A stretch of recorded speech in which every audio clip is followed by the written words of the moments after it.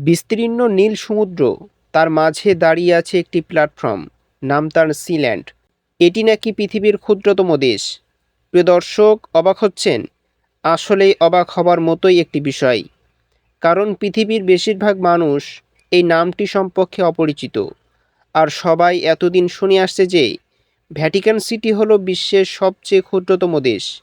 তবে সিল্যান্ড দেশটি কম করে হলেও ৫৫ বছর বয়স। এই দেশ সম্পর্কে অবাক হবার মতো বিস্ময়কর সব তথ্য নিয়ে আজকের আয়োজন। ইংল্যান্ডের উপকূল থেকে প্রায় ১২ কিলোমিটার দূরে গভীর উত্তর সাগরে অবস্থিত সিল্যান্ড বা প্রিন্সিপ্যালিটি অব সিল্যান্ড, আসলে এটি একটি মাইক্রোনেশন বা অণুরাষ্ট্র। সবচেয়ে অবাক করার বিষয় হচ্ছে এই দেশের মোট জনসংখ্যা মাত্র ২৭ জন। আছে নিজস্ব জাতীয় পতাকা, পাসপোর্ট, মুদ্রা এবং রাজধানী। এই তথ্যগুলো শুনে কপালে ভাঁজ পড়লেও বিশ্বাস করতে হবে যে এটা কোনো রূপকথার গল্প নয়, একেবারে বাস্তব। এই দেশটির আয়তন প্রায় ৪,০০০ বর্গ কিলোমিটার। বিশ্বের অন্য কোনো দেশ সিল্যান্ডকে সার্বভৌমত্ব রাষ্ট্র হিসাবে স্বীকৃতি না দেওয়ায় প্রাতিষ্ঠানিকভাবে এখনও বিশ্বের সবচেয়ে ছোট দেশ ভ্যাটিকান সিটি। তবে একটি স্বাধীন রাষ্ট্রের যা যা থাকা দরকার তার সবই আছে সিল্যান্ডে। তথাকথিত ক্ষুদ্রতম দেশটির রাজধানীর নাম ফোর্ট রাফ। মুদ্রার নাম সিল্যান্ড ডলার, যার মান আমেরিকান ডলারের সমমূল্য হলেও বাহিরে কোনো দেশে এই মুদ্রা চলে না। সিল্যান্ড একমাত্র দেশ যার কোনো মাটি নেই। ২টি পিলার এর উপর ভাসানো ইস্পাতের পাটাতনটি হলো দেশটির সার্বভৌম এলাকা। দেশটিতে একটি মাত্র বাড়ি আছে, যেটি সিল্যান্ডের রাজপ্রাসাদ। আর এই রাজপ্রাসাদের উপরেই সিল্যান্ডের পতাকা উঠতে দেখা যায়। এটি আসলে দ্বিতীয় বিশ্বযুদ্ধের সময় ব্যবহৃত একটি সমুদ্র বন্দর। মূলত সিল্যান্ডের এই অবকাঠামো দ্বিতীয় বিশ্বযুদ্ধের সময় ব্রিটিশরা তৈরি করেছিল।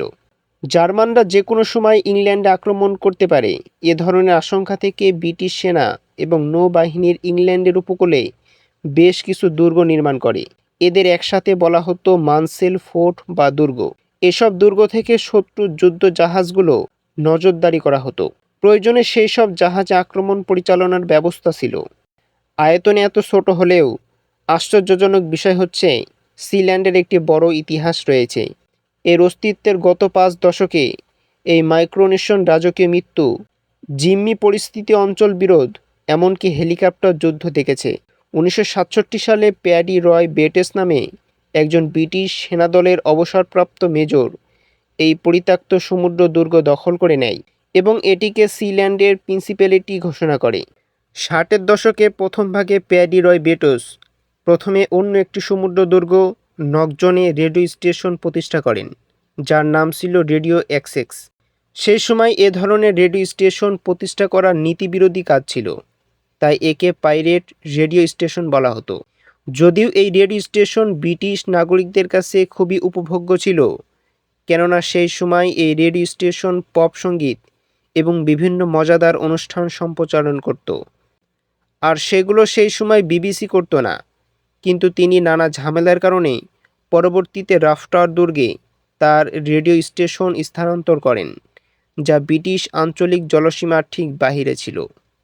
১৯৭০ দশকে বিশ্বের তথাকথিত ক্ষুদ্রতম দেশটিতে প্রায় ৫০ জন মানুষ বসবাস করতে এসেছিল। তারা বেশিরভাগ ব্রিটিশ পরিবারের বন্ধু-বান্ধব ছিল। ব্রিটিশ পরিবার তখন তাদের নাগরিকদের জন্য দুর্গটি যথাসম্ভব অতিথিপরায়ণ করার জন্য বেশ কয়েকটি পদক্ষেপ নিয়েছিল। উদাহরণস্বরূপ, তারা প্ল্যাটফর্মের ফ্ল্যাটটপে একটি বায়ুচালিত জেনারেটর ইনস্টল করেছিল, যা সিল্যান্ডের ভিতরে 10টি ঘরে স্পেস হিটারগুলোতে বিদ্যুৎ সরবরাহ করছিল। এই 10টি কক্ষের মধ্যে একটি রান্নাঘর, একটি বসার ঘর এবং একটি চ্যাপেল অন্তর্ভুক্ত রয়েছে। কিছুটা নিয়মিতভাবে একটি নৌকা সিল্যান্ডের খাবার, পানীয়, সংবাদপত্র এবং অন্যান্য জিনিসপত্র নিয়ে আসত। ১৯৭৮ সালে আলেকজান্ডার অ্যাচেনবার্গ নামে একজন জার্মান ব্যক্তি নিজেকে সিল্যান্ডের প্রকৃত প্রধানমন্ত্রী বলে দাবি করেছিলেন এবং দুর্গে একটি অভ্যন্তর ঘটিয়েছিলেন।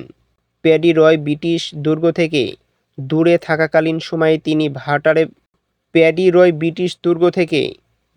থাকাকালীন সময়ে তিনি ভাড়াটেদের একটি দল নিয়ে হেলিকপ্টার করে সিল্যান্ডে যান এবং প্রিন্স মাইকেলকে জিম্মি করেন। জবাবে তার বাবা পাল্টা আক্রমণ করেন, যার ফলে বেশিরভাগ জার্মান পালিয়ে যায়। অবশ্য সিল্যান্ডের অস্তিত্ব তখন সম্পূর্ণ সুরক্ষিত ছিল না। 1980-র দশকে সমুদ্র রাইন সম্পর্ককৃত জাতিসংঘের কনভেনশনে একটি দুর্গকে অন্তর্ভুক্ত করার জন্য যুক্তরাজ্যের আঞ্চলিক জলসীমা বাড়িয়ে দেয় এবং যুক্তরাজ্যের পররাষ্ট্র অধিদপ্তর স্পষ্টভাবে সিল্যান্ডের বৈধতা অস্বীকার করেছে, কারণ দুর্গটির একটি পৃথক স্বাধীন রাষ্ট্র গঠন করার মতো কোনো বৈশিষ্ট্য ছিল না। পরবর্তী বছরগুলোতে সিল্যান্ডের কিছু সমস্যার সম্মুখীন হয়েছে। 1990-এর দশকে ব্রিটিশ পরিবারকে সিল্যান্ডের পাসপোর্ট বাতিল করতে হয়েছিল, কারণ সেগুলো জালিয়াতির জন্য ব্যবহার করা হয়েছিল। 2006 সালে 23শে জুন সিল্যান্ডের একবার অগ্নিকাণ্ড সংঘটিত হয়। বৈদ্যুতিক শর্ট সার্কিট থেকে আগুন লাগে। এই ঘটনার খবর পেয়ে ইংল্যান্ডের উদ্ধারকারী হেলিকপ্টার এসে সিল্যান্ডের লোকজনকে উদ্ধার করে।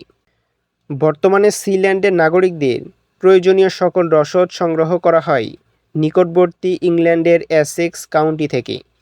তাছাড়া সিল্যান্ডের ভিতরে রয়েছে সুপ্রিয় জলের ব্যবস্থা। পর্যটক হিসাবে চাইলে আপনি সিল্যান্ড ভ্রমণ করতে পারবেন না, তাই সিল্যান্ড কর্তৃপক্ষ আগ্রহীদেরকে তাদের ওয়েবসাইট ঘুরে দেখার অনুরোধ করেন। তাছাড়া তারা চাইলে সিল্যান্ডের ওয়েবসাইট থেকে সম্মানসূচক পদবি, পরিচয়পত্র এবং বিভিন্ন ধরনের সিল্যান্ডের পণ্য ক্রয় করতে পারবেন। এমনকি 10 বছরের জন্য সিল্যান্ডের কয়েক ইঞ্চি জায়গা কেনার সুযোগ রয়েছে, যদিও সেই জায়গার কখনো সশরীরে যেতে পারবেন না।